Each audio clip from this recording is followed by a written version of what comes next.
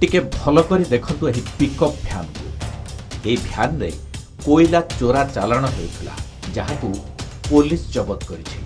तेबे कथा खाली एतिकी नुहे, यही गाड़ीटी 1.5 मास आगरू मद चोरा चालाण बेले अबकारी विभाग द्वारा भी जबत होता।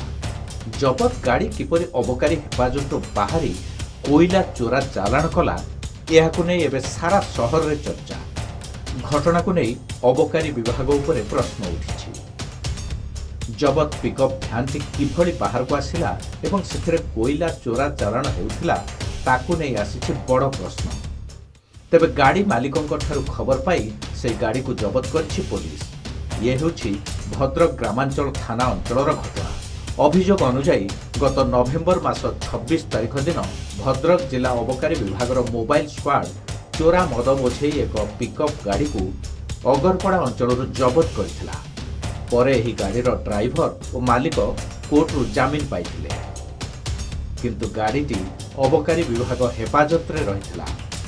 हेले गतकाली गाड़ीटी अबकारी विभाग ऑफिस रु बाहरी जाउथिला बेले गाड़ी मालिक शेख तबरेज को जीपीएस नोटिफिकेशन मिलथिला। एथरे आश्चर्य होई तबरेज गाड़ीटी को ट्रैक करी इच्छापुर निकट एक स्थान रे पहुंचीथिले। गाड़ीटी कोयला लोड करिवा पई अटकी थिबा बेले केतेक लोकंकु नै सेठारे पहुंचीथिले गाड़ी मालिक।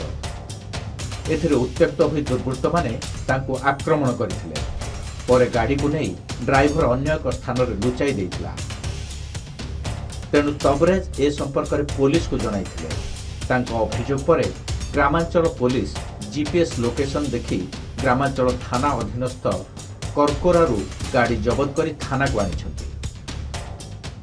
मासे पूर्व मोर गाड़ी गोटे पिकअप सीज होइतिले, एक्साइज वाला पिकअप सीज करी रखितिले। को जगह रे धरतिले? आगर पड़ धरतिले भद्रक एक्साइज मोबाइल वाला धरिकी सीज करी रखितिले। मोर ड्राइवर अरेस्ट होइतिला, बेल हैला, मो ओनर भी बेल हेली। गाड़ी सीज होइकी तांको कस्टडी रे थिला। खाली राति 12टा रे मो गाड़ीटा को स्टार्ट मारी से कोयला लोड करबा पई नेकी जाउतिले।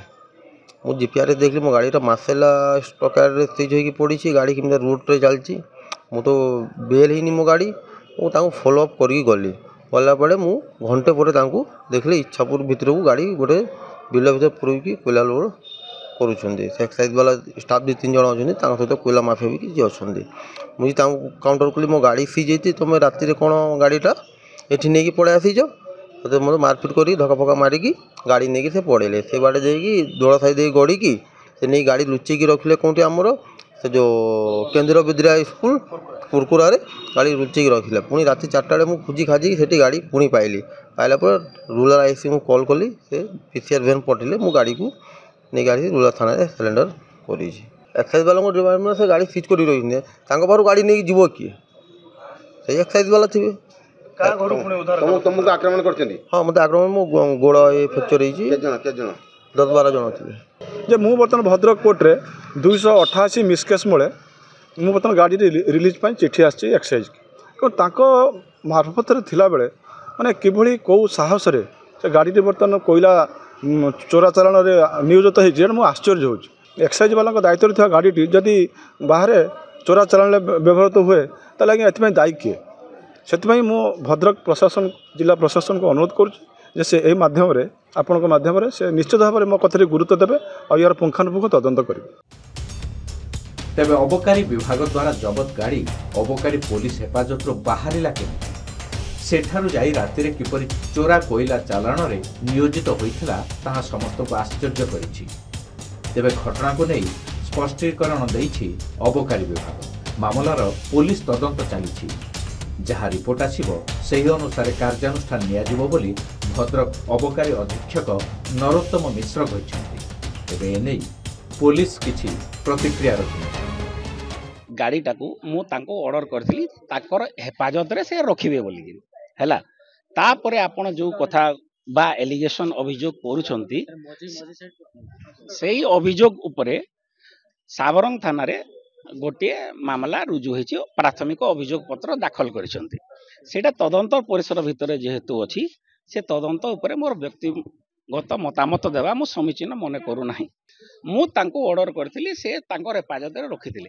तापरे जहा इंसिडेंट्स आपण माने कहउचंती से बाबद रे जहाँ भी आपणकर मीडिया रे जहाँ बाजुची ता उपरे सब्सिक्वेंटली से उपनिरीक्षक साबरंग थाना रे गोटे प्राथमिक अभियोग पत्र दाखल करिसंती सेटा तदंतर रे अछि आम पाखरे गाड़ी जबत थिला जबती थिला परे आज भी से मते सकाळो मेसेज करिसंती जे तांको पाखरे एंटायर टाइम रे से कीटा तांकर पाखरे थिला आ वर्तमान भी से गाड़ी तांकर हेफाजत रे अछि तापरे आपण जो कहउचंती तार ऊपर जो आपण देइछंती बा जो इलेक्ट्रॉनिक मीडिया पर जा बाहरी जी ता ऊपर आमर जो डबल गोटे जिनस ऊपर इनक्वारी हेबाटा ठीक नुहे आम पुलिस रो फाइंडिंग ऊपर विश्वास करिवु प्रथमे आउ तापरे जदि कार विरुद्ध रे कोनोसी जिनस आसिला से इनक्वारी रे विहित कार्यानुष्ठान ग्रहण करा जिवो। तेणु एही संगीन मामलार विधिवत तदंत करागले असल रहस्य पदाकू आसी पारिबो।